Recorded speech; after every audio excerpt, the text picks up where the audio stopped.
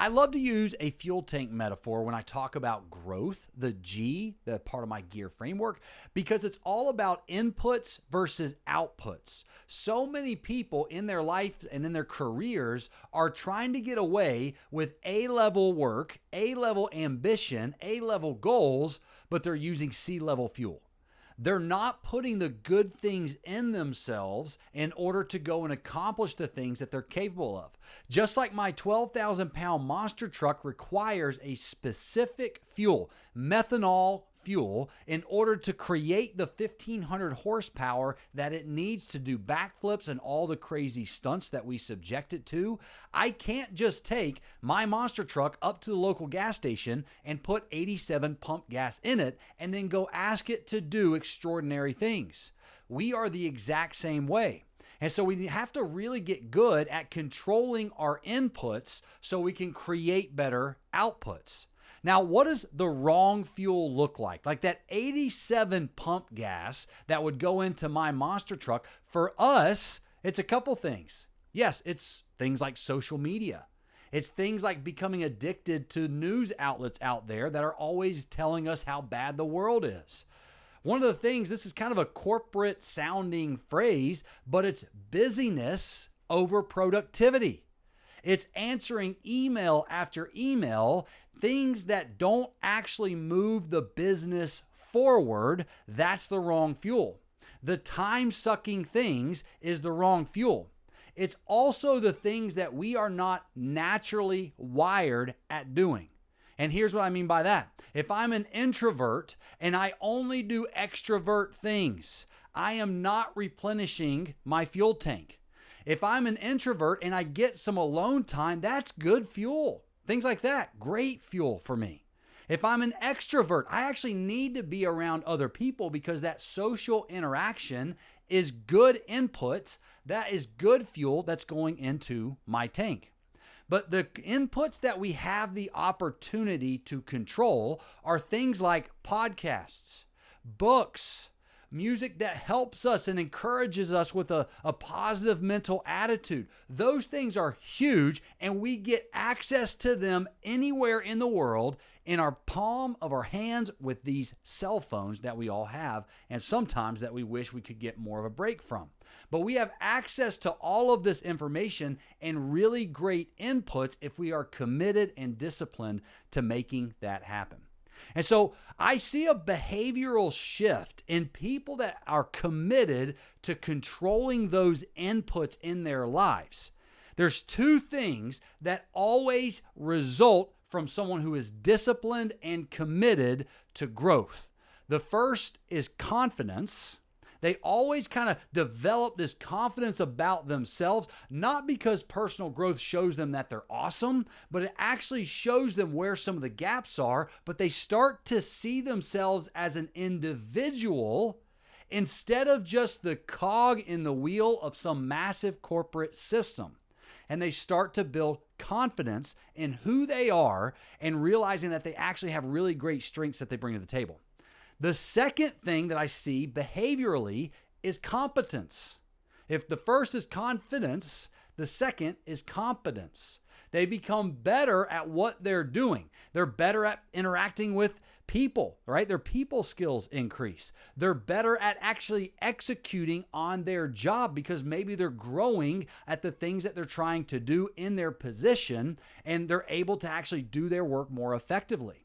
So I see those two things behaviorally always result in organizations and specific individuals that are committed to growth, committed to controlling those inputs to get better outputs. They're always more confident and they're always more competent. I've seen this happen where a leader starts to put the wrong fuel in their own tanks, and subsequently it turns into being the wrong fuel in their team's tank as well. And I was working with a franchise team that was trying to really get their team all bought into the system. Now, most people that invest into a franchise and buy a territory for their franchise, it's because that franchise and brand has an established system that they can just plug into and become profitable longer than creating a business system from scratch. And so that's a great option. It's a great theory in business and in their corporate careers. However, they were creating this dynamic where they were causing their entire team to feel like just cogs in the wheel. The most successful growth gear turns into individualism, meaning the more we are all as individuals committed to understanding who we are, what our strengths are, what our opportunities might be, our passions, the way we're wired, the more we do that for ourselves, we actually start to realize that we're not just like everyone else out there. We have specific strengths that we bring to the table in order to make that system successful. And so we kind of made just that one small switch where the leader of this franchise group kind of found that growth gear. And I asked that leader, I said, if everybody right now in this room was as committed to becoming their best version of themselves as you are, put it like on a scale of 1 to 5. If you're a 3 and everyone else on your team, they're also a 3 at their own personal growth initiatives and finding that growth gear, how excited are you about where this team is going to be in 5 years? And it was a little bit of a gut check because that leader started to realize, you know what? I'm not putting the good stuff in myself. I'm just relying on a system instead of trying to figure out what I'm best at, figuring out where the people around me that are on my team, what they're best at, putting the right people in the right roles so that we can be the most successful inside of this system. And so that was so powerful. And what it created in everybody else in the room was freedom. Freedom. They started to realize that we're not just all just cogs in some system, in some wheel out there, that we have individual strengths and passions that we can almost unlock in ourselves to become that best version of ourselves, but we have to shift in to that growth gear in order to make that happen. The most common misconception that people have whenever they first hear about this growth gear is they think we're talking about business growth and business results and kind of that top line revenue and profit growth. All that stuff is awesome. However, we have to think about this like a race car. If we sat down and started to design this race car, and we were going to make it the fastest race car to show up at the track next weekend, and we were going to set a new speed record and all these achievements with that race car, and we designed it with the biggest engine, and it was the lightest weight, and man, we were smart about designing and building this race car. But we get to the track, and guess what? We forgot the fuel back at home. We did not have any fuel to go into the tank of that highly engineered, highly customized race car. Is it going to win the actual race? No. And so often I see leaders that are assuming that, look, if we just grow the race car, if we grow the horsepower, if we put a bigger, better engine in our system and in our organization, then that will mean we can go and win the race. And I always have to remind them, guys, your outputs are determined by the inputs first. If your team is burnt out, if they are all running with a C-level fuel, with A-level ambition, they will never go out there and actually win the race. And so that moment where all of a sudden that misconception breaks and they say, you know what, instead of just trying to grow our profit margin, what if we grow our inputs? What if we have more quality inputs that we are putting in our own minds so we can all as individuals bring our best version of ourselves here to the table? We can operate in our strengths and we can go out there and do what we're passionate about inside of this system. There's this massive weight that comes off of their shoulder and they start to feel more free in what they want to accomplish than ever before. The thing I love to make sure and drive home to people, either on stage or across the table over a cup of coffee, is that you cannot perform with an empty tank.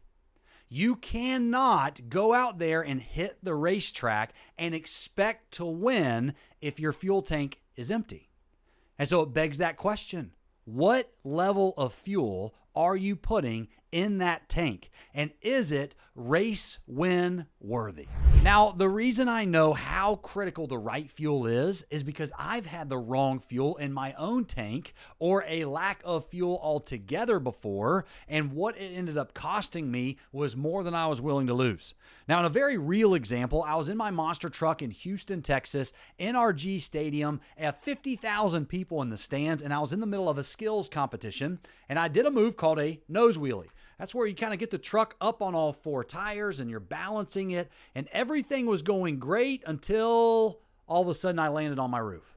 And everybody in the stadium just busted out laughing because it was anticlimactic, and that's not what the monster truck was designed to do. The reason why I ended up on my roof instead of doing what I was trying to do from a move standpoint was because we ran out of gas. I had no fuel in the fuel tank. Now, I can be a 12,000-pound monster truck, 1,500 horsepower, built to do incredible stunts and maneuvers and nose wheelies, just like I was attempting. But if there's no fuel in the tank, it cannot perform the way it was designed to perform. We're the exact same way. When I'm on the road and I'm traveling all the time, one specific season, it was just 2 years ago, one specific season, I was halfway through the season and I just had this really negative outlook and attitude. And people were feeling it from me. Like, I'm normally the guy that gets to the stadium and walks up to the locker room, and everyone just knows that I'm in generally an upbeat mood and excited, energetic, all that stuff. And for some reason, there about halfway through the season, I was just kind of a bump on a log. Like, I just was bland. I wasn't mean to everyone, but I also had this kind of negative outlook going on instead of that positive attitude I was usually bringing. And someone occasionally, they would kind of ask me or bring it up. Here's what I realized. That year, I was getting to my hotel room on travel day, just turning on Netflix or some other show.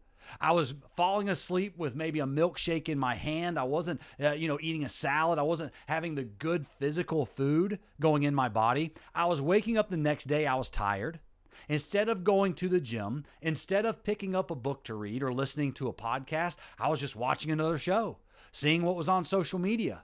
I was arriving at the stadium with just that yuck feeling, not really ready to perform, more of that attitude of, hey, I'm here, let's see what happens today. I was going into our autograph session the day after that, still tired, not really catching my breath, and so I wasn't my best even with the fans giving autographs.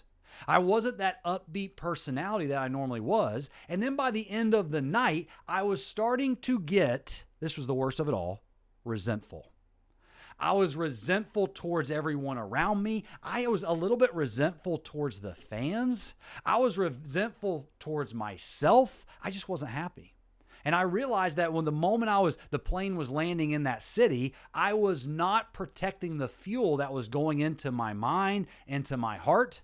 And I was traveling home that Sunday exhausted, so my family wasn't getting the best version of me either. And I had to stop everything and say, look, I've got to start protecting that fuel. I got to control those inputs going into my body physically, the inputs going in here mentally, so I can go back out there and perform the way I was meant to perform. I made that swap, and I've not gone back ever since. I returned to that upbeat personality, that positive attitude that people were used to getting from me. And I started to have that impact again in my culture and in my environment that makes all of this worth it. All of this effort, it always comes back down to making sure that I'm not wasting my time, wasting this awesome chapter of my life. And we're the exact same way. So you got to get out there and protect those inputs. Make sure that fuel is the right fuel and not the wrong fuel that goes into your tank so you can actually perform the way you're meant to perform.